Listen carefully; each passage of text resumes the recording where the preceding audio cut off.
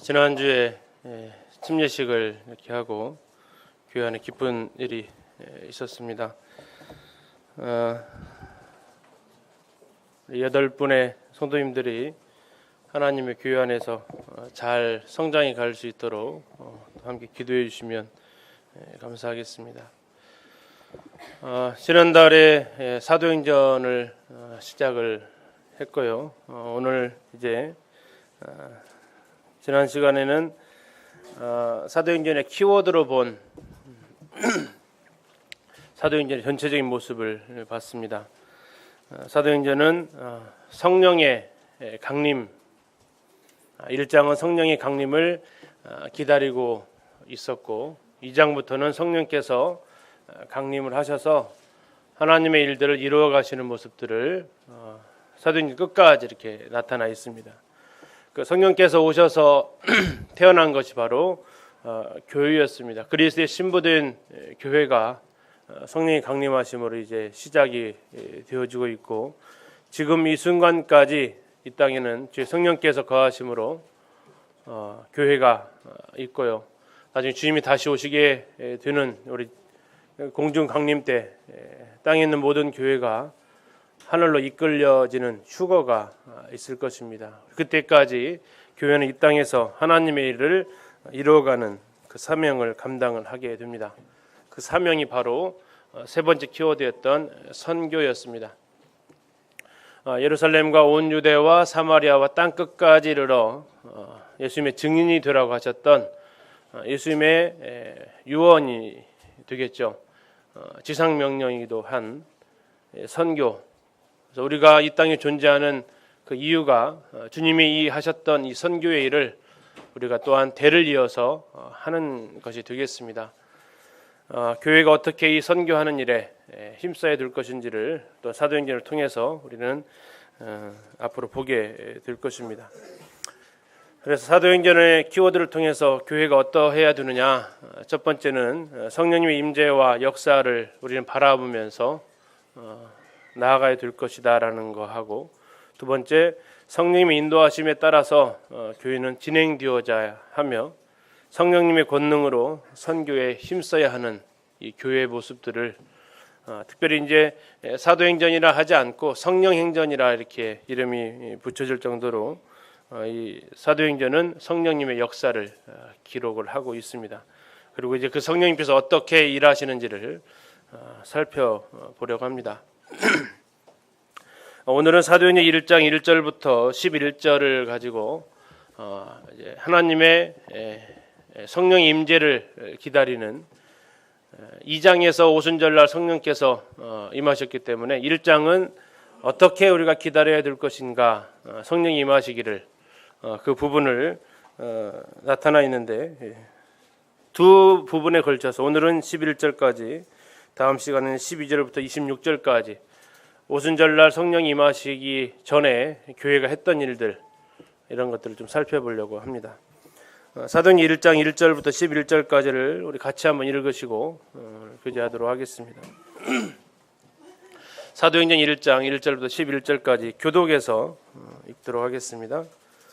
우리 형제님들이 1절 읽어주시고 자매님들이 2절 읽으면서 11절까지 같이 읽겠습니다. 시작.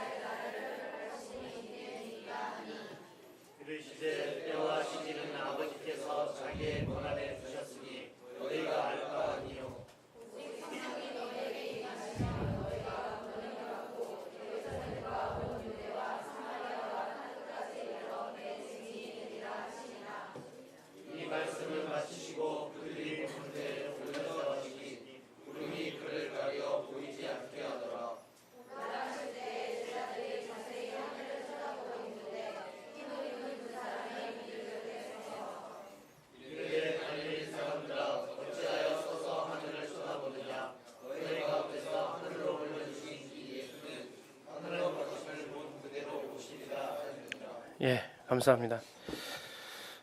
사도행전 1장부터 28장까지 사도행전은 기록이 되어져 있습니다. 신약 성경에서 가장 긴 책입니다. 오늘 이제 1장 1절부터 11절까지는 서론격에 해당되는 누가복음과 사도행전이 겹쳐지는 그런 부분에 해당이 되겠습니다. 왜 그러냐면 사도행전과 누가복음을 동일한 저자였던 누가가 기록을 했기 때문에 이제 누가는 사도행전을 시작을 하면서 누가복음에서 기록되었던 것들을 다시 복습을 하면서 예수님께서 누가복음에서 승천하신 것으로 누가복음이 끝나고 있습니다. 감람산에서 승천하신 것으로. 그런데 지금 방금 보셨던 것처럼 사도행전 1장 11절까지 보시면 예수님께서 다시 승천하시는 모습이 나오는데, 그래서 누가복음과 사도행전이 일부분 겹치는 부분으로 우리가 어떤 것을 배울 때 그 전에 배웠던 것을 다시 복습하는 것처럼, 그러면서 중요한 요점들을 다시 추리는 것처럼 이제 사도행전 1장 1절부터 11절까지는 그와 같은 패턴을 띠고 있습니다. 1장 1절에 보시면 데오빌로여 내가 먼저 쓴 글에는 무릇 예수께서 행하시며 가르치시기를 시작하신부터 이렇게 시작을 합니다. 첫 번째 데오빌로라는 사람이 나오고 있습니다. 데오빌로, 낯선 이름이죠. 한국식 이름하고는 좀 다른 외국 사람 이름이 분명합니다. 데오빌로가 누구냐? 첫째는 누가복음 1장에 나와 있는 거기도 역시 데오빌로 각하라고 이렇게 표현되어져 있습니다. 동일한 인물입니다. 누가가 썼고 동일한 사람한테 이렇게 이 책이 받쳐지는, 헌정한다고 그러죠. 헌정한다. 이 작가들이 예전에 글을 쓰면 그 글을 쓸 수 있도록 후원해 주는 사람들이 있었다고 합니다. 아마 그런 사람 정도로 추정을 하게 되는데, 이 데오빌로, 또는 다른 의견으로는 이 데오빌로의 뜻이 뭐냐면 데오스 더하기 필로스라는 단어가 합쳐진 단어입니다. 데오스는 하나님이라는 뜻이고요, 필로스는 사랑이라는 뜻을 가지고 있습니다. 그래서 데오빌로 하면 데오스 더하기 필로스가 되는데, 하나님을 사랑하는 자 또는 하나님의 사랑을 받는 자라는 의미를 가지고 있습니다. 이 사람이 이제 유대인은 아닌 사람으로 보여지고 헬라 사람, 로마 사람인 것으로 보편적으로 보여집니다. 그러나 중요한 것은 그의 이름이 데오빌로, 하나님의 사랑을 입은, 하나님을 사랑하는 자라는 호칭을 그가 가지고 있었고, 누가복음에서 그를 가리켜서 각하라는 표현을 쓰고 있는데 여기에서는 그 각하라는 단어가 빠져 있었습니다. 누가복음 1장에 가서 보시면 이 데오빌로에게 누가복음을 쓴 이유를 말해주고 있는데, 이 누가복음을 통해서 데오빌로가 들었던 복음이 얼마나 정확하고 확실한지에 대해서 더 믿음이 굳게 해주기 위해서 쓰였다고 이야기를 하고 있습니다. 그래서 아마 데오빌로는 누가복음을 읽으면서 자신이 깨달은 이 복음, 자신이 믿고 있는 예수 그리스도에 대해서 그는 정확하게 알게 되었을 것입니다.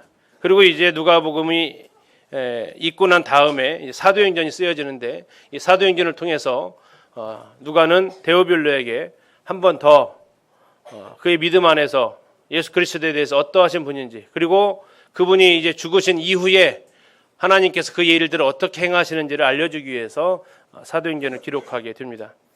그래서 먼저 쓴 글 이렇게 표현한 것은 사도 누가가 사도행전의 기초가 되어지는 이 교회 역사의 기초가 되어지는 것이 복음인데, 누가복음을 표현한 것이 바로 먼저 쓴 글입니다. 먼저 쓴 글은 다름 아닌 누가복음을 보여주고 있죠. 누가복음을 통해서 예수 그리스도의 어떠하심을 보여주고 있고, 교회는 그 기초 위에 세워지게 됩니다. 느닷없이 교회가 생겨난 것이 아니라 예수 그리스도께서 하나님이셨는데 그분이 이 땅에 오셨고, 그분이 처녀의 몸에서 태어나셨고, 그분이 33년간의 삶을 이 땅에 사셨는데, 그분이 십자가에서 인류의 죄를 대속해서 죽으셨고 사흘 만에 부활하셨으며 40일 동안 사람들과 함께 계시다가 40일 후에 하늘로 다시 올라가셨고, 그리고 그분은 다시 오신다라는 약속을 하시는 이 복음이, 누가복음에 기록되어진 이 복음이 바로 교회가 태동하게 되는 가장 기초가 되어지는 것입니다. 교회는 복음 없이 태어날 수 없습니다. 교회에서 제일 우리가 그 교회 앞에 슬로건처럼 내걸고 있는 것이 뭡니까? 주 예수 그리스도의 복음과 진리를 전한다라고 얘기하고 있습니다. 주 예수 그리스도의 복음을 전한, 이게 바로 복음서에서 말하고 있는 예수 그리스도의 어떠하심입니다. 그리고 거기에 함께 교회 진리를 전하는 것이 우리 기린노 교회가 가지고 있는 정체성이죠. 이것은 성경에서 말하고 있는 정체성이기도 합니다.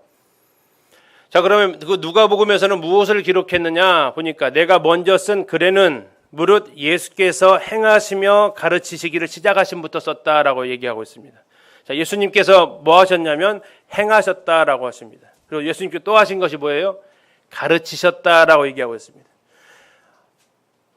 예수님께서 이 땅에서 하셨던 일들을 딱 두 가지로 결론을 맺고 있습니다. 하나는 그분이 행하신 일들입니다. 그리고 또 하나는 가르치신 일들입니다. 근데 예수님께서는 이 두 가지를 어떻게 좋아하셨냐면 가르치면서 행하셨나요? 행하면서 가르치셨나요? 행하면서 가르치셨습니다. 이 순서가 중요한 부분입니다. 그리고 어떤 사람들한테 무엇인가를 가르쳐 줄 때는 내가 이미 뭘 하고 있어야 돼요? 행하고 있어야 되죠. 이 복음서는 예수님께서 어떻게 행하셨고 행하신 다음에 그분이 무엇을 가르치셨는지를 기록하고 있습니다. 동일하게 이 시대에도 우리가 생각해야 될 것은 행하면서 가르치는 거죠. 자, 이것에 대해서 하나님께서 말씀하시는데 예수님께서 마태복음 5장 이렇게 말씀하십니다. 누구든지 이를 행하며 가르치는 자는 천국에서 크다 일컬음을 받으리라 말씀하십니다. 뭐 하면서 가르치는 자요? 행하면서 가르치는 자. 자기는 하지 않으면서 가르치는 자, 이들을 가리켜서 예수님께서는 바리새인이고 서기관들이다. 그리고 그들의 누룩을 주의하라. 그들의 교훈은 받을지언정 그들을 본받지 말으라. 예수님 책망하셨습니다. 경고하셨어요. 왜? 자신은 하지 않으면서 가르치는 것에 대해서 예수님께서는 주의하라고 말씀하셨습니다. 예수님 어떻게 하셨냐면 그분은 행하시면서 가르치셨습니다. 그리고 예수님께 동일하게 말씀하시기를 너희들도 행하면서 가르치는 자가 천국에서 크다 일컬음을 받게 될 것이다. 예수님 말씀하셨죠. 또한 에스라는 굳은 결심을 합니다. 에스라가 여호와 율법을 연구하여 준행하며, 준행한다는 것은 행하는 겁니다. 율례와 규례를 이스라엘에 가르치기로 결심했다. 에스라는 가르치기 전에 제일 먼저 뭐 했냐면 연구했습니다. 그 다음에 뭐를 했습니까? 준행했어요. 자기가 직접 몸으로 실천을 했습니다. 그리고 뭐예요? 가르치는 거죠. 자, 이런 것들이 바로 예수님께서 우리에게 주신 좋은 또한 우리의 모델이기도 합니다. 자, 그 다음에 예수님께서 행하시고 가르치신 그 일뿐만 아니라 2절에 보면 그가 예수님께서 택하신 사도들에게 성령으로 명하시고 승천하신 날까지 이를 기록하였느라. 이게 지금 누가복음의 전체입니다. 행하시고 가르치셨으면서 마지막에 2절에 나온 이 부분은 누가복음 24장입니다. 행하시면서 가르친 것은 누가복음 23장까지 기록이 전부 다 행하시면서 가르치신 내용들이 기록이 되어져 있다면 24장에서 그분이 부활하셔가지고 제자들한테 성령으로 명하시고 승천하신 일을 기록을 하고 있습니다. 자, 택하신 사도들이다라고 얘기하고 있는데 요한복음 15장에서도 너희가 나를 택한 것이 아니요 내가 너희를 택하여 세웠다라고 얘기하고 있습니다. 여러 성도님들이 동일하게 경험하실 것입니다. 내가 예수님을 믿은 것을 나는 우리는 처음에 생각하지만 그러나 그 전에 하나님께서 나를 택하셨다라는 것을 우리는 경험하게 되는 거죠. 그분이 성령으로 명령을 하셨습니다. 성령으로 명하셨다라고 얘기하고 있습니다. 삼위일체 하나님 온전한 하나됨을 보이셨습니다. 아버지의 말이 다르고 예수님의 말이 다른 게 아니고 성령의 말씀이 다르고 예수님의 말씀이 다른 것이 아니었습니다. 그분의 말씀은 성령의 명과 동일한 명이었습니다. 또한 이 성령의 말씀은 하나님의 말씀과 또한 동일하게 가를 수밖에 없습니다. 성령으로 명하시고 그 다음에 승천하신 날까지의 일, 누가복음 24장의 마지막 부분은 예수님의 승천으로 마무리되어지고 있습니다. 이게 1절과 2절이 누가복음에 기록된 내용을 딱 두 줄로 요약을 한 겁니다. 행하시고 가르치셨다. 그리고 택하신 사도들에게 성령으로 명령하셨다. 무슨 명령을 하셨을까요? 이게 이제 앞으로 나오게 될 어떤 명령을 하셨는지, 그런 명령을 어떤 과정 속에서 하셨는지, 다시 말해서 이제 사도행전은 행하시고 가르치신 것에 대해서 더 자세하게 말하려고 하는 게 아니라 택하신 사도들에게 명령하신 것, 이게 무엇인지를 이제 더 자세하게 서술을 하게 될 것입니다. 그래서 이제 3절부터 나오는 것은 사도들에게 명령하신 것이 3절부터 나와요. 그리고 승천하시게 되는 모습을 볼 수 있습니다. 누가는 사도행전을 기록하면서 무슨 내용을 다시 언급했습니까? 누가복음을 다시 언급을 합니다. 왜 이게 중요합니까? 교회의 토대가 뭐예요? 성경적인 복음입니다. 우리 성도님들이 믿고 깨달으신 그 성경적인 복음, 그것은 무엇입니까? 나중에 이것은 하나님의 나라의 일로 다시 표현되어집니다. 그것은 무엇입니까? 예수 그리스도께서 하나님이셨다. 그리고 그분은 세상을 창조하신 창조주이셨다. 그런데 인간의 죄악됨을 구원하시기 위해서 그분은 한 여인의 처녀의 몸을 통해서 이 땅에 태어나셨다. 그리고 그분은 이 땅에 사시면서 약한 자들, 그들에게 병을 고쳐주시면서 다리 저는 자들 낫게 해주시면서 소경의 눈을 뜨게 하시면서 그분 많은 것들을 행하십니다. 사도행전 10장에 가서 보니까 착한 일을 하셨다라고 표현되어지고 있어요. 그분의 행하심입니다. 그리고 그분이 가르치셨습니다. 뭘 가르치셨을까요? 하나님의 나라 일을 가르치십니다. 그래서 그분이 행하시면서 가르치셨던 그 공생의 기간을 우리는 또한 성경을 통해서 확인하게 됩니다. 그리고 그분은 십자가에서 죽으셨습니다. 인류의 모든 세상의 죄를 다 지고 죽으셨어요. 그리고 그분은 그 죽음을 이기시고 사흘 만에 부활하셨고 많은 사람들에게 자신의 부활된 몸을 보이셨습니다. 죽음을 이겼다라는 것을 증거하셨어요. 그리고 40일 후에 그분은 승천하셨습니다. 승천하시면서 다시 오겠다라는 약속을 주고 하셨어요. 여기까지가 복음입니다. 예수 그리스도 그분에 관한 모든 것, 사도행전에서 또 표현되어지고 있습니다. 예수 그리스도의 그분에 관한 모든 것이 복음입니다.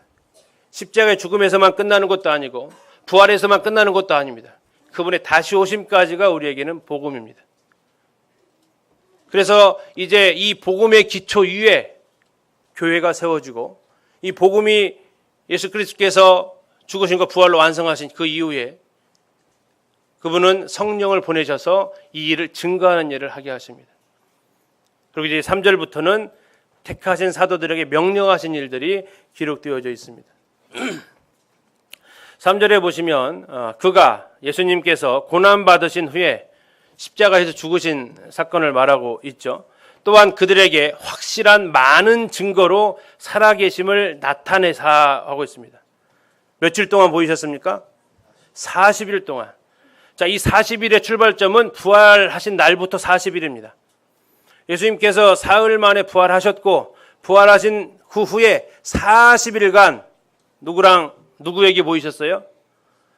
많은 사람들에게 자기의 부활하신 몸을 보이셨어요. 그리고 나서 하나님의 나라의 일을 말씀하셨습니다. 자, 성경에 보니까 예수님께서는 부활 후에 약 11차례 정도 기록상으로만 남아있는 것이 부활하신 자신의 몸을 드러내셨습니다. 한번 해보면 첫 번째로는 제일 먼저 부활하신 예수님을 만난 사람이 누구였습니까? 네, 막달라 마리아가 무덤에서 예수님을 처음 봤습니다. 두 번째 예수님을 본 사람이 누굴까요? 다른 여인들, 무덤에 찾아왔던 다른 여인들이 예수님의 부활을 보고 전하게 됩니다. 자, 세 번째로 예수님을 본 사람은 베드로입니다. 베드로가 무덤에 왔죠. 그런데 무덤이 비어 있었습니다. 그러다가 혼자 돌아갑니다. 돌아가는 길에서 예수님께서 베드로에게 1대1로 만나셔서 자신의 부활하셨음을 나타나게 됩니다. 자, 네 번째로 만난 사람은 누가 보면 24장에 나와 있는 엠마오의 두 제자가 부활하신 예수님을 만나게 됩니다. 이건 전부 다 지금 하루 동안에 있었던 일입니다. 다섯 번째로 예수님께서는 누가 만나냐면 예수님 부활하신 8일째 되는 날 도마가 예수님을 부활했다는 이 사실을 찾아오시는데 못 만나죠. 그래서 도마가 무슨 얘기를 합니까? 내가 그의 옆구리에 그 손에 손을 넣어봐야만 믿겠다 하십니다. 그랬더니 주님께 다시 도마가 있을 때 나타나셔서 만져봐라, 넣어봐라 하시는 것이 요한복음 20장에 기록되어져 있습니다. 이게 여섯 번째 나타난 것이 전부 다 예루살렘에서 나타나는 건데요. 왜 예루살렘에 나타나느냐? 예수님께서 죽으시기 전에 야, 나 부활하면 갈릴리에서 만나자 그러셨어요. 그러면 부활하셨다는 소식을 들었으면 제자들이 어디로 갔어야 돼요? 갈릴리로 갔어야 되는데 예수님 가서 기다리셨는데 바람 맞추는 거예요. 바람 맞추신 예수님 화내가지고 안 만나주는 게 아니라 예수님 또 예루살렘 또 다시 찾아오세요. 도마 없을 때. 그리고 또 찾아오세요. 자, 그러면서 이제 6번 정도 만나주니까 그들이 예수님이 부활하신 이후에 그들이 갈릴리로 가게 됩니다. 요한복음 21장에 나오는 네가 나를 사랑하느냐라는 베드로의 신앙 고백에 나오는 그 장면이 7번째 예수님께서 나타나신 겁니다. 제자들에게는 3번째죠. 도마 없을 때, 도마 있을 때, 그리고 여기에서. 다음에 8번째는 11명의 사도에게 마태복음 28장에 나와 있는 지상명령을 하시는 장면이 아마 팔복산 정도가 되지 않을까. 여러 가지 정확한 위치는 나와 있지는 않습니다. 어쨌든 갈릴리에서 이 사역을 8번째로 나타내시고 다시 예루살렘으로 돌아오셔서 9번째 500의 형제들에게 보이십니다. 이게 고린도서 15장에 나와 있고요. 10번째는 알페오의 아들 야고보에게 1대1로 또 만나주시고 11번째는 11명의 사도들에게 누가복음 24장 그리고 지금 사도행전 1장에서 승천하시면서 자신의 부활하신 몸을 사람들한테 다 보여주십니다. 그리고 그분 한 번 더 나타나시는데 12번째 나타나시는 것이 사도 바울에게 다메섹 도상에서 한 번 더 그분은 보이십니다. 어쨌든 예수 그리스도의 그분의 이 고난받으신 이후에 그분은 많은 증거로 확실한 많은 증거로 내가 살아있다라는 것을 보이셨습니다. 그리고 보여주시기만 하고 끝난 게 아니라 하나님 나라의 일을 그분이 말씀하셨대요. 자, 하나님 나라의 일, 이것은 무엇이냐면 우리가 그러면 예수님께서 부활하신 이후에 전하셨던 메시지가 뭐예요? 하나님 나라의 일이었습니다. 왜 전하셨을까요? 제자들한테 너희들이 전할 게 뭐냐? 너희들이 전할 것도 동일하게 무슨 일이에요? 하나님 나라의 일이라는 거예요. 자, 40일이라는 시간밖에 주어지지 않았습니다. 40일이라는 시간, 예수님께 주어진 시간은 제자들과 대면해서 만날 수 있는 시간은 40일이라는 시간밖에 없었어요. 우리 성도님들 40일간만 내가 살 수 있다. 뭐 하시겠어요? 예수님의 심정을 한번 느껴보시라고요. 40일 후면 제자들을 두고 가셔야 돼요. 그러면 그들에게 무슨 얘기를 하시겠습니까? 정말 중요한 일을 얘기하지 않겠습니까? 그리고 부탁을 하지 않으시겠어요? 그것이 뭐입니까? 하나님 나라의 일입니다. 그래서 사도들은 여기에 대해서 이 예수님의 유언처럼 이것을 받아들이게 됩니다. 사도행전 8장 12절에 보니까 빌립이 전도를 했는데 뭐라고 했냐면 빌립이 하나님 나라와 및 예수 그리스도의 이름에 관하여 전도했다라고 얘기하고 있습니다. 뭘 전도했다고요? 하나님 나라. 그리고 예수 그리스도 그분의 이름에 대해서 전도했대요. 사도행전 28장에서 사도 바울은 그러면 뭘 전했느냐? 사도 바울은 바울이 온 이태 2년을 자기 셋집에 머물면서 뭘 전파했어요? 하나님의 나라를 전파했어요. 하나님의 나라, 하나님의 왕이신 곳, 하나님이 통치하시는 그 나라를 전파했어요. 그리고 동일하게 주 예수 그리스도에 관한 모든 것, 복음이죠. 이것을 그가 2년 동안 담대하게 거침없이 가르쳤다고 얘기하고 있습니다. 하나님의 나라가 뭡니까? 하나님의 나라는 구약의 선지자들을 통해서 예언이 되어져 있었어요. 저 다니엘도 하나님의 나라에 대해서 이야기를 합니다. 선지자들을 통해서 예언되어졌고 예수님께서 이 땅에 오심으로부터 그분이 시작이 되어졌습니다. 하나님의 나라가. 이 땅에 성육신 하심부터 하나님의 나라가 이제 선포되어졌습니다. 그분이 외치셨던 회개하라 천국이 가까웠느니라고 그분이 선포하십니다. 하나님의 나라가 이제 시작이 되어졌습니다.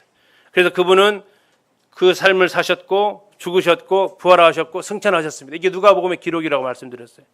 그것으로 인해서 누가복음을 통해서 이제 그분의 나라가 스타트를 하게 됩니다. 그리고 언제 끝나냐면 예수님께서 다시 오셔서 하나님을 대적하는 모든 자들에 대해서 심판하시고 저 백보좌에서 심판하시면 그 하나님의 나라는 완결이 됩니다. 그리고 우리는 이제 그 통치권 안에 들어가서 우리도 하나님과 함께 이 세상을 다스리면서 그 권세를 가지고 하나님의 아들, 딸의 권세로 우리는 살아가게 됩니다. 이게 바로 하나님의 나라의 일입니다. 이건 우리가 전해야 될 메시지죠. 왜요? 예수님께서 40일 동안 이 땅에 계시면서 그렇게 말씀하고 싶었던 내용이 뭐냐면 한마디로 말하면 하나님 나라의 일이었어요. 우리 삶에 존재하는 이유가 바로 이 하나님의 나라 일 때문이라는 겁니다.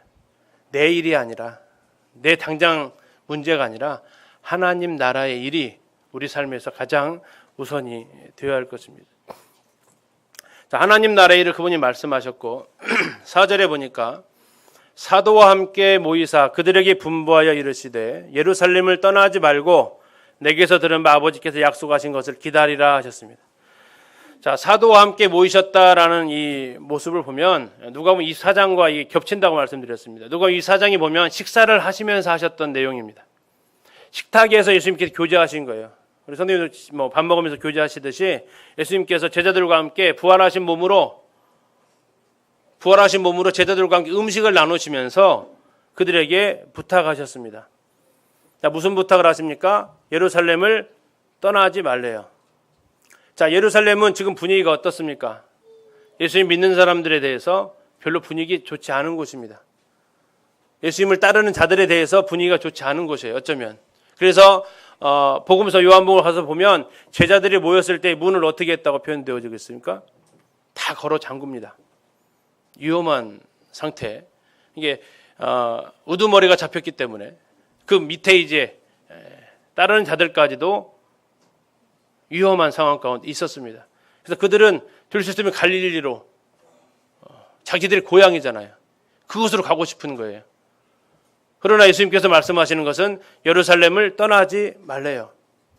또 그곳은 어떤 곳입니까? 예수님께서 죽으셨던 곳이고 예수님께서 거절당하셨던 곳입니다. 그런데 거기에서부터 시작을 주님께서 하라고 하십니다. 또 그것은 어떤 곳입니까? 베드로는 예수님을 3번이나 부인했던 것이고 그 길만 지나가도 예수님 부인했던 그 생각이 나는 곳입니다.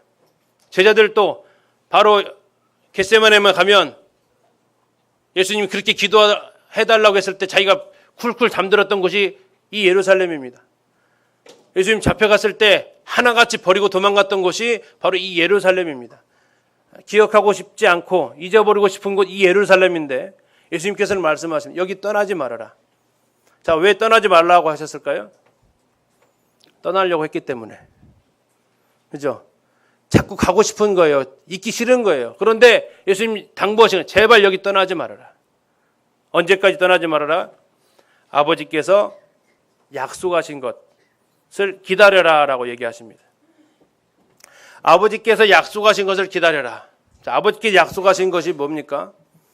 아버지께 약속하신 것은 뭐냐면 누가복음 24장 49절에 볼지어다 내가 내 아버지께서 약속하신 것을 너희에게 보내리니 너희는 위로부터 능력으로 입혀질 때까지 이 성에 머무라.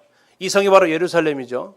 이 예루살렘 성이 머무는데 언제까지냐면 위로부터 능력으로 입혀질 때까지. 자, 출발점이 어디입니까? 위입니다. 위면 어디예요?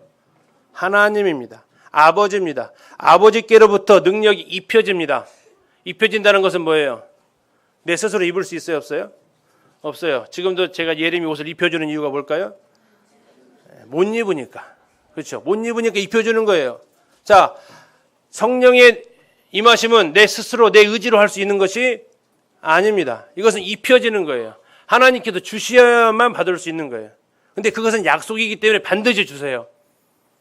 그래서 그때까지 기다리라고 하나님 말씀하십니다. 기다리는 거 쉬우세요? 어려우세요? 왜 어렵죠?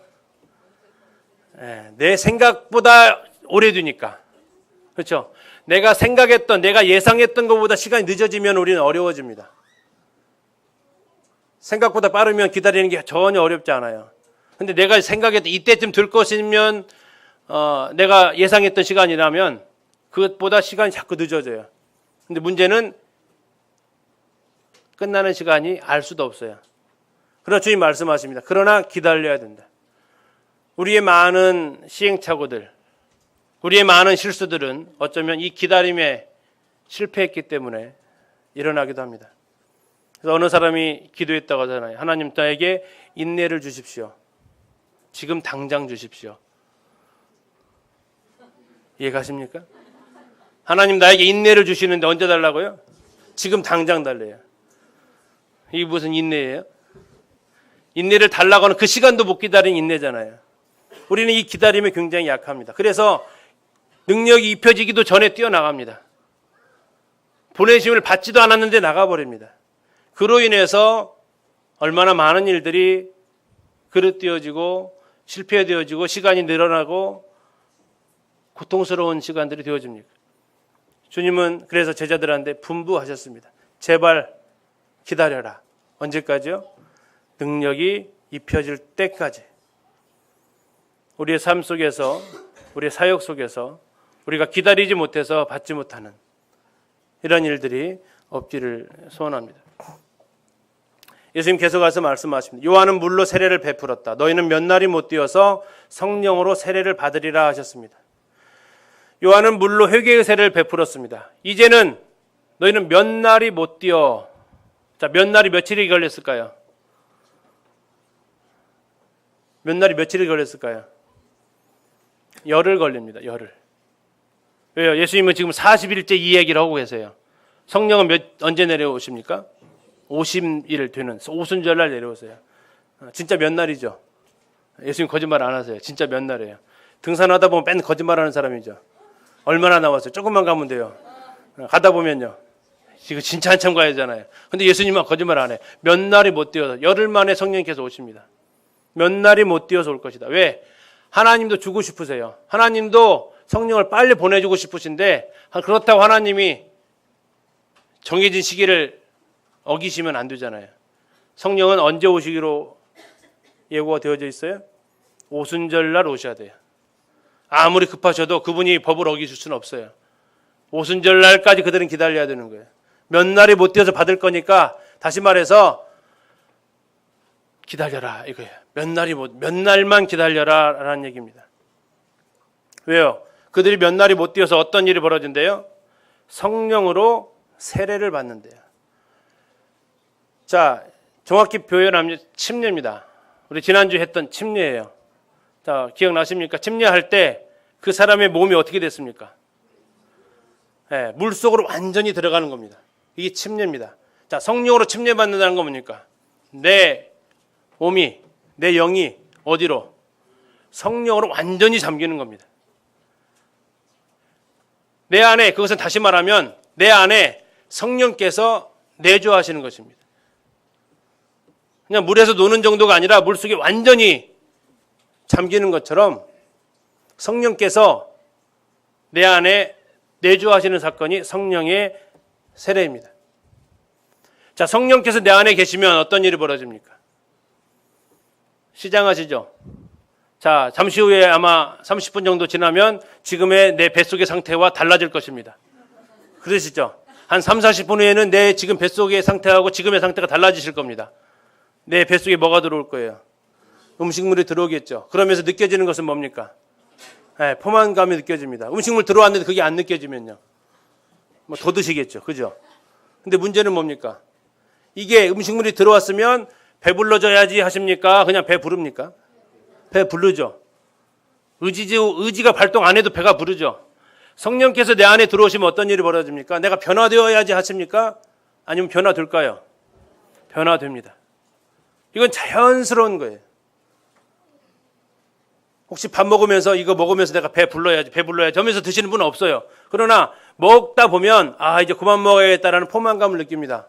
그리고 다시 움직일 수 있는 에너지를 우리는 받게 되는 겁니다. 성령의 침례를 받으면 그 사람은 받기 전과 같을 수가 없습니다. 밥 먹기 전과 밥 먹은 후가 똑같다. 굳이 먹을 필요 없잖아요. 그러나 밥을 먹어야만 오후에 움직일 수 있기 때문에 우리는 다시 식탁 앞에 앉습니다. 자, 중요한 것은 성령이 내 안에 들어오셨는데 전과 달라진 게 없다. 그러면 어떤 일이 벌어진 거예요? 안 들어오신 거죠. 성경 사도행전 시대에는 성령이 들어가시면 바로 변했습니다. 그것이 눈에 확 띄게 변했어요. 왜냐하면 그때는 지체할 수 있는 시간적인 것이 없었어요. 그러나 지금 이 시대에는 이게 변화되는 속도가 좀 느립니다. 그런데 분명한 것은 변한다는 겁니다. 그런데 내 안에 성령이 계시는데, 내 안에 성령님께서 내주하고 계시는데 2년 지나 3년 지나 변화된 모습이 안 나타나면 진지하게 생각하셔야 합니다. 왜요? 그 안에 하나님이 들어가셨는데 변하지 않았다? 이건 정말 진지하게 생각하셔야 합니다. 내 영혼의 운명이 걸린 문제입니다. 왜? 이것은 내가 변해야지 하는 노력이 아닙니다. 변할 수밖에 없어요. 성령이 들어가셨는데, 하나님이 내 안에 들어오셨는데 어떻게 그게 안 변해요? 안 변한 게 이상한 겁니다. 의지적으로 변하려는 노력이 아니라 성령이 안에 들어온 사람은 변할 수밖에 없어요. 그분이 바꿔 가시는 거예요. 왜 배가 부르세요? 성도님들이 밥 먹은 것밖에 없는데 내 안에 있는 위가, 장이 움직이는 겁니다. 그러면서 포만감을 느끼게 해요. 성령이 세례를 받으리라. 잘 아시잖아요. 성령이 세례를 받았을 때 예수님을 여종 앞에서 3번 부인했던 베드로가 어떻게 달라집니까? 저 대제사장 앞에서도 당당하게 얘기하는 사람으로 바뀝니다. 성경에 성령님이 들어가셨는데 변하지 않는 사람은 아무도 없습니다. 시간 차이가 있다 하는 것은 있을 수 있습니다. 그러나 3년, 5년, 10년이 지나도 내 마음에 성령으로 인한 변화가 원래 착하신 분 말고 원래 성실하신 게 아니라 이건 하나님께서 하셨다라는 내 마음속에 고백이 없다. 정말 진지하게 생각을 해야 합니다. 자, 그리고 이제 예수님께서 그들에게 얘기하십니다. 그들이 모였을 때에 예수께 여쭈어 이르되 주께서 이스라엘 나라를 회복하심이 이때니까 하니 하십니다. 자, 예수님께서 부활하셔서 40일 동안 그들과 함께 동행을 하십니다. 그들의 이 꿈이 있었습니다. 이스라엘 나라의 꿈. 그것은 뭐였냐면 이스라엘 나라의 회복입니다. 이스라엘 나라의 회복이라는 것은 말하면, 자, 우리나라가 일본에게 몇 년 동안 식민 지배를 받아요? 35년 동안 식민 지배를 받습니다. 그러면 이 민족에게, 우리 민족에게 꿈은 뭐였습니까? 저 김구 선생님한테 당신의 소망이 무엇이오 하면 무엇이라고요? 이 나라의 자주독립이오라고. 또다시 나에게 소망이 뭐냐고 물으면 또다시 나는 자주독립이오라고 3번에 걸쳐서 그가 얘기를 합니다. 35년밖에 식민지 생활 안 했어도 그들에게는 이 한결같은 소원이 우리 국민에게는 대한의 독립이었습니다. 근데 이스라엘이라는 나라, 저 나라는 BC 586년에 바벨론에 의해서 나라를 빼앗깁니다. 그리고 지금 예수님 이 순간까지 제대로 된 독립을 맛보지 못합니다.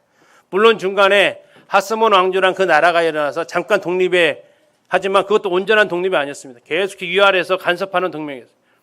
실질적인 독립은 600년이 흐른 시간까지도 그들은 독립을 맛보지 못했습니다. 그들에게서 소원이 물어보면 뭐라고 할까요? 네 소원이 뭐냐? 이스라엘의 회복이요. 네가 원하는 게 뭐냐? 이스라엘의 회복이요. 이스라엘 백성들, 제자들에게까지 이스라엘의 회복은 간절한 염원이었습니다. 이제 예수님께서 40째 되는 마지막 날에 그들은 다시 예수님한테 재차 질문합니다. 뭐라고요? 이스라엘 나라를 회복하심이 이때입니까?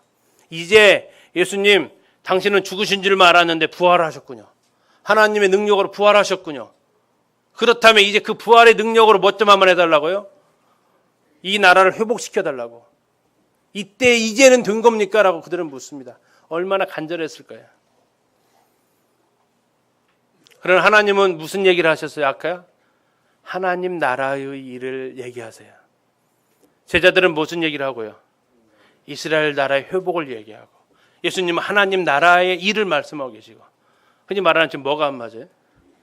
코드가 안 맞아요. 코드가 안 맞아요. 우리는 주님한테 무엇에 대해서 관심이 많으십니까? 하나님 나라의 일에 관심이 많으십니까? 아니면 제자들처럼 이스라엘 나라의 회복, 아니 내 개인적인 필요에 더 관심이 많으십니까? 제자들은 600년이라는 시간 동안의 기다림이었습니다. 성도님들이 기도하고 있는 것, 하나님 앞에 제발 좀 들어달라고 하는 것 얼마나 되셨는지 모르겠습니다. 그것에 혹시 더 관심이 많지 않으십니까? 제자들은 마가복음에서 누가복음에서 이 이야기를 합니다. 너희에게 무엇을 하여 주기를 원하느냐? 여짜오되 주의 영광 중에서 우리를 하나는 주의 우편에 하나는 좌편에 앉게 하여 주십시오. 또 그들 얘기하며 또 그들 사이에 그중 누가 크냐는 다툼이 났다. 다시 말하면 지금 문재인 정부 들어와서 장관들 막 앉히기 시작하잖아요. 청문회 하면서 앉히기 시작하잖아요. 시끄럽잖아요. 당시 제자들에게도 뭐가 있었어요? 야, 예수님이 분명히 왕이 될 거야. 이스라엘 나라를 회복하실 거야. 우리는 독립국가가 될 거야. 그러면 예수님 왕이시면 우리는 흔히 말하는 장관 정도는 해먹어야지. 근데 뭐가 궁금한 거예요? 총리는 누굽니까? 우리 조선시대로 말하면 영의정, 좌의정은 누굽니까? 무슨 얘기를 하고 다녀요? 뭘로 다퉜어요? 누가 크냐? 누가 크냐는 얘기는 뭐예요? 누가 그 윗자리를 차지할 거냐? 이거에 관심이 있어요. 제일 앞에 무슨 단어가 붙었어요? 또. 그럼 또 했다는 얘기는 뭐예요? 예전에 됐다는 얘기예요. 예전에도 뭐 때문에 싸웠어요? 조자리 누가 앉게? 우편과 좌편에 누가 앉지? 이거 가지고 또 얘기하는 거예요. 예수 십자가로 가는 길 앞에서 또 얘기하는 거예요. 왜? 그들의 관심이 뭐에 있으니까? 이스라엘 나라 회복에 있으니까. 회복된 나라에서 자기의 자리에 관심이 있었으니까. 그러나 우리 한 번 더 생각해 보면 이 시간에도 하나님은 하나님 나라의 일에 관심이 있으십니다. 우리는 무엇으로 다툽니까? 우리는 무엇에 관심이 있죠? 근데 문제는 또 아니야, 하나님 나라의 일이야. 그래도 우리는 또 아니요, 하나님 내가 관심사는 이스라엘 나라의 회복이에요. 아니, 하나님 내 관심사는 이거예요. 하나님 아니야. 하나님 나라야. 너희들이 영원히 살 그 나라야. 그러나 우리는 또 반복. 예수님께서 그들에게 말씀하십니다. 이르시되 때와 시기는 아버지께서 자기의 권한에 두셨으니 너희가 알 바 아니다. 그러나 참 자비로우신 주님은 거기에 대해서 이스라엘 나라 회복에 대해서 야, 내가 그렇게 얘기했지 그게 아니라고 그렇게 매몰차게 하지 않으세요. 안다 네 마음 알아. 아는데 그것은 하나님이 정해진 때에 될 거야. 하나님이 정해놓은 그 시기에 될 거야. 그건 하나님의 권한이야. 너희가 알 거 아니야. 예, 성도님들이 하나님 나라의 일보다 내 일에 관심이 있다는 거 하나님 아십니다. 근데요, 분명한 것은 그건 하나님의 권한에 있다라는 얘기입니다. 우리가 할 것은 먼저 그의 나라와 그의 의를 구하라는 것이 하나님께서 우리를 향하신 그분의 뜻이에요. 먼저 그의 나라와 그의 의를 구할 때 뭐 하시겠다고요? 이 모든 것을 더해 주겠다고요. 너희들이 구하는 것까지 자연스럽게 된다고요. 언제? 하나님의 때에, 하나님의 시기에. 내 때가 아니고 내 시기가 아니고. 하나님 그분 분명하게 약속하십니다. 자, 우리가 마음의 평안을 누릴 수 있는 비결이 하나 있습니다. 내 마음에 기도가 응답이 안 될 때 내 마음의 평안을 누릴 수 있는 비결. 자, 내가 내 능력이 미치지 않는 것에 대해서는 포기하십시오. 내 능력으로 할 수 있는 것에서는 도전할 수 있는 용기를 가지십시오. 이게 내 마음의 평화가 찾아올 수 있는 일입니다. 내 힘으로 안 되는 것에 대해서 자꾸 우리는 뭐 하려고요? 그래도 내 힘을 이용해 보려고 합니다. 그거 내 힘으로 안 돼요. 왜? 이것은 아버지의 권한이에요. 그런데 예수님께서 말씀하시는 거예요. 그거 아니고 너희들 할 일은 따로 있다라고 얘기하시는 거예요. 너희들이 할 일은 따로 있다. 그리고 그 일은 너희들이 할 수 있게 된다. 그게 뭐예요? 그게 8절입니다. 오직 성령이 너희에게 임하시면 너희가 권능을 받고 예루살렘과 온 유대와 사마리아와 땅끝까지 이르러 너희 증인이 되리라. 자, 너희들이 원하는 이스라엘 나라의 회복, 그 시기, 그때 하나님 권한이야. 그거에 대해서 용 쓰지 마. 대신 너희들이 할 일이 있어. 그것은 너희들은 내 증인이 되는 거야. 그러면 그 이외의 것들은 하나님이 하나님의 때에 하나님의 시간에 이루어 주신다. 이게 예수님께서 말씀하신 겁니다. 자, 오직 성령이 임하시면, 자, 며칠 후에 성령이 임하신다고 이제 10일 후에 임하시면, 성령이 너희에게 임하시면, 이것은 성령의 출발 없이는 아무것도 되어지지 않는다는 얘기입니다. 사역의 근본은 성령님께서 임재하시는 거고 성령이 그분이 능력을 나타내시는 거예요. 자, 너희가 권능을 받고 했습니다. 권능은 어떻게 되어진다고요?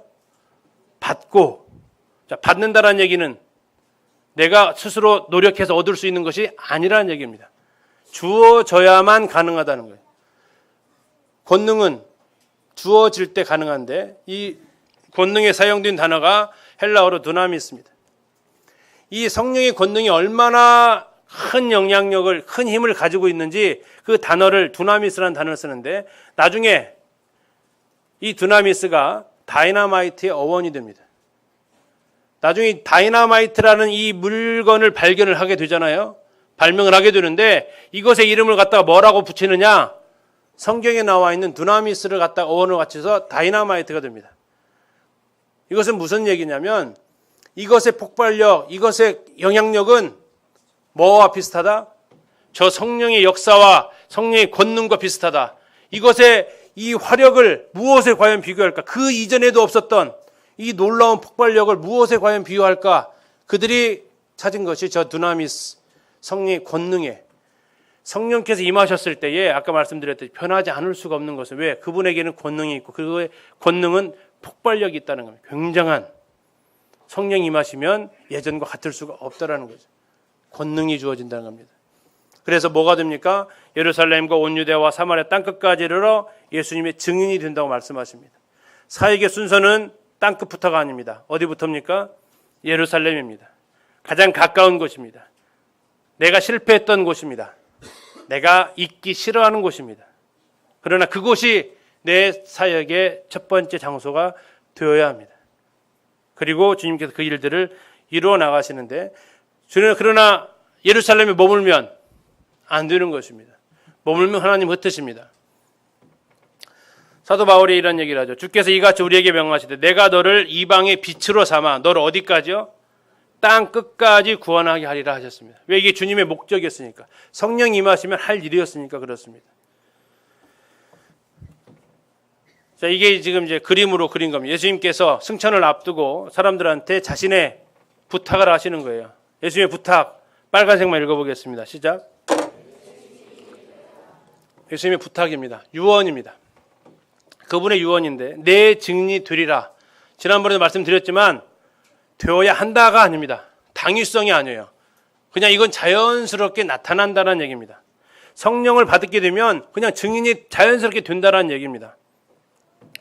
성령님은 하시는 일이 요한복음 16장에서 성령이 무슨 일을 하십니까? 15장에서 나에 대해서 증거하신다라고 얘기하고 있어요. 성령께서 하시는 일이 그거예요. 예수님이 하신 일을 증거하시는 일을 하세요. 근데 그분이 내 안에 들어오셨어요. 그러면 내가 하는 일이 뭐가 돼요? 그분을 증거하는 일을 하게 되는 거예요. 이것은 해야지, 전도해야지가 아니라 전도가 되는 거예요. 또 한 가지, 우리는 언제 성령의 권능의 그 파워를 맛볼 수 있습니까? 전도할 때 성령의 권능의 파워를 맛볼 수 있어요. 어느 형제랑 이야기를 하는데 내가 구원받았는지 자꾸 헷갈린대요.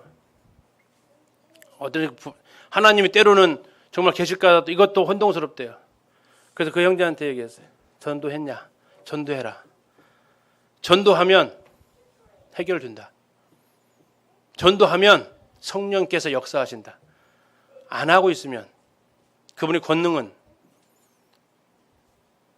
역사하지 않는다. 우리의 신앙적인 파워는 어디서 나옵니까? 우리가 전도할 때에 그 파워가 나옵니다. 왜요? 이게 성령께서 약속하신 부분이기 때문에 그렇습니다. 그래서 모든 그리스도인은 기린노교회 연대기를 하고 있지만 연대기 강사들만 또 거기에 있는 분들만 전도하는 게 결코 아닙니다. 그분들에게만 성령이 임했습니까? 아닙니다. 성령이 임하시면 우리는 증인이 됩니다.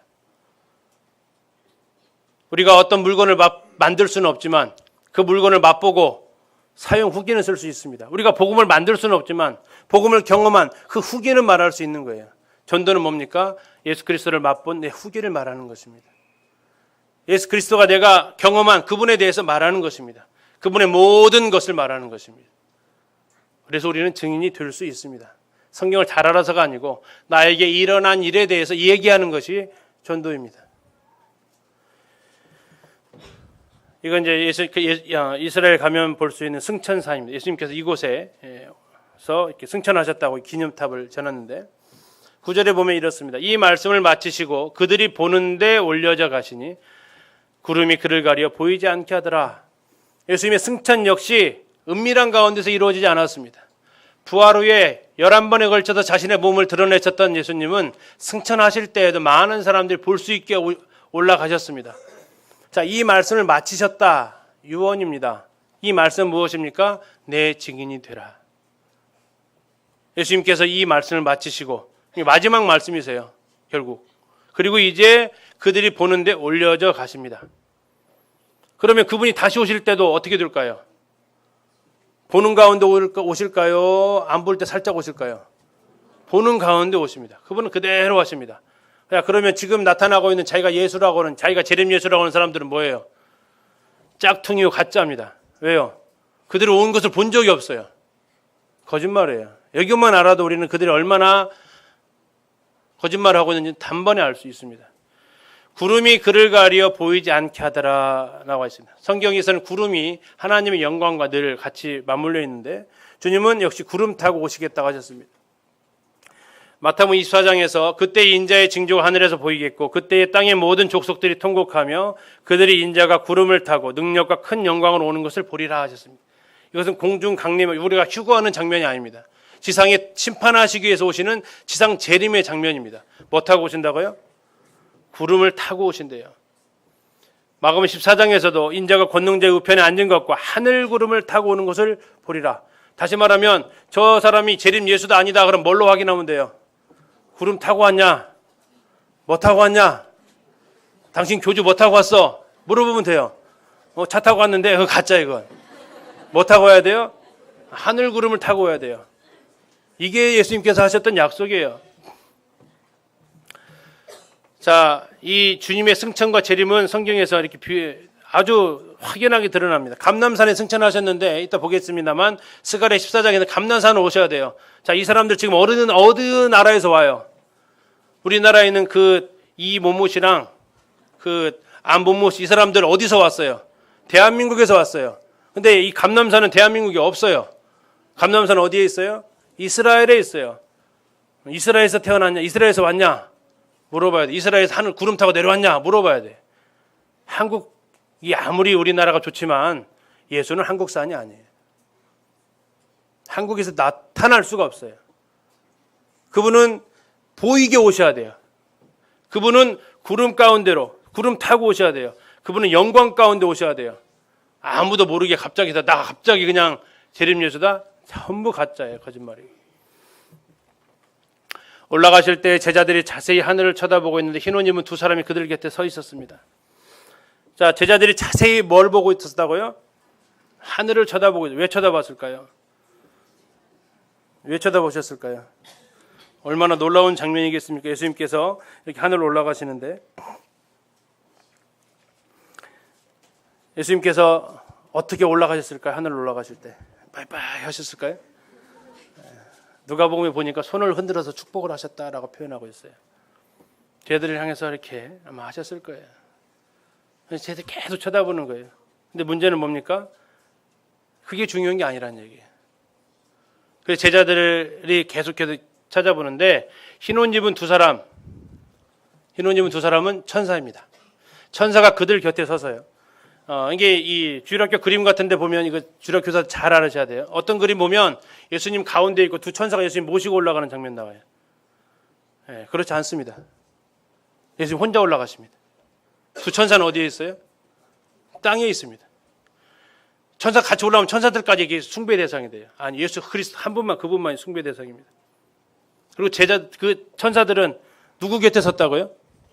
예수님 곁에가 아니고 두 천사는 어디요? 제자들 곁에 서 있었다고요. 이 천사들은 예수님 부활하셨을 때 두 천사입니다.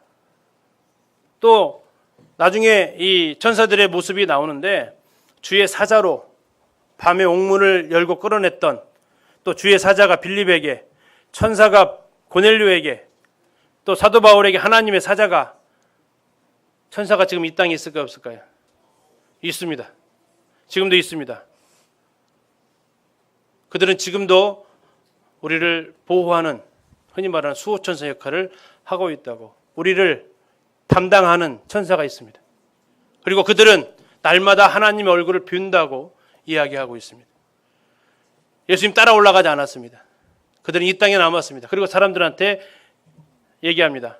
이르되 갈릴리 사람들아, 어찌하여 서서 하늘을 쳐다보느냐? 너희 가운데서 하늘로 올려지신 이 예수는 하늘로 가심을 본 그대로 오시리라 했느니라. 어떤 사람이 예수님의 재림을 표현한 모습입니다. 그분이 영광 가운데 다시 오실 것을 위엄과 능력 가운데 다시 오실 것을 그림으로 표현하는데요. 이보다 더 화려하지 않을까? 이 정도는 너무 약하다 싶습니다. 이게 인간의 한계겠죠. 자, 우리가 기다리는 것은 무엇입니까? 올라가신 예수 그리스도를 바라보는 게 아닙니다. 우리가 바라보는 것은 뭡니까? 그대로 다시 오실 예수 그리스도이십니다. 그런데 어떻게 기다려야 돼요? 하늘 쳐다보면서요? 천사들이 그렇게 하지 말아요. 하늘 쳐다보면서 기다리지 말아요. 어떻게 기다려야 됩니까? 증인되어 살면서 기다리는 겁니다. 하늘 쳐다보면서 언제나 오실 겁니까? 라고 기다리는 게 아니라 하나님께서 나에게 맡겨주신 증인이 되리라라는 그 말씀을 순종하면서 기다리는 거예요. 예수는 하늘로 가심을 본 그대로 오십니다. 우리 안에 재림에 대한 소망이 있으십니까? 내 안에 이 땅이 아닌 이스라엘의 회복이 아닌 하나님 나라에 대한 소원, 다시 오실 예수 그리스도 그분을 기다리는 내 마음속에 기대, 하늘로 가심을 본 그대로 다시 오실 것을 간절히 기다리는, 언제부터인가 종말론자들 때문에 이 재림에 대해서 설교가 많이 없어졌는데요. 그러나 주님은 반드시 약속하셨습니다. 하늘로 가심을 본 그대로 오시리라. 그분 다시 오십니다. 다시 오십니다. 안 느껴지세요? 다시 오세요. 하늘을 쳐다볼 일이 아닙니다. 그분은 다시 오십니다. 우리가 할 일은, 다시 오시는 것은 하나님의 권한이잖아요. 우리 할 일은 내 증인이 되리라 하는 것입니다. 그분은 감람선에 다시 오실 것입니다. 정리하면 우리는 성령의 임재를 기다립니다. 그것은 우리가 하나님의 복음이 성경적인 복음에 기초를 두고 예수 그리스도 그분에 관한 모든 것을 우리는 전해야 합니다. 두 번째, 우리는 기다릴 줄 알아야 됩니다. 성령께서 말씀하실 때까지. 이제 성령이 이 땅에 임하셨습니다. 우리는 성령의 임재를 기다리는 게 아니라 성령이 나에게 말씀하시기를 기다려야 합니다. 성령이 내 마음을 감동하시기를, 나에게 명령하시기를 기다려야 합니다. 그렇지 않고 내 마음이 급해서 내가 먼저 뛰쳐나가는 것이 아닙니다. 세 번째로 우리는 이스라엘의 회복을 꿈꾸는 제자들의 모습처럼 내 일에 꿈꾸는 내 모습이 아니라 주님께서 유언으로 당부하셨던 지상명령, 지극히 상위의 명령, 그 명령을 다하면서 주님의 다시 오실 것이라는 그 말씀을 소망하면서 기다리는 교회. 그래서 정말 하나님께서 기뻐하시는 교회의 모습으로, 신부된 모습으로 주님을 맞을 수 있기를 소원합니다. 감사합니다.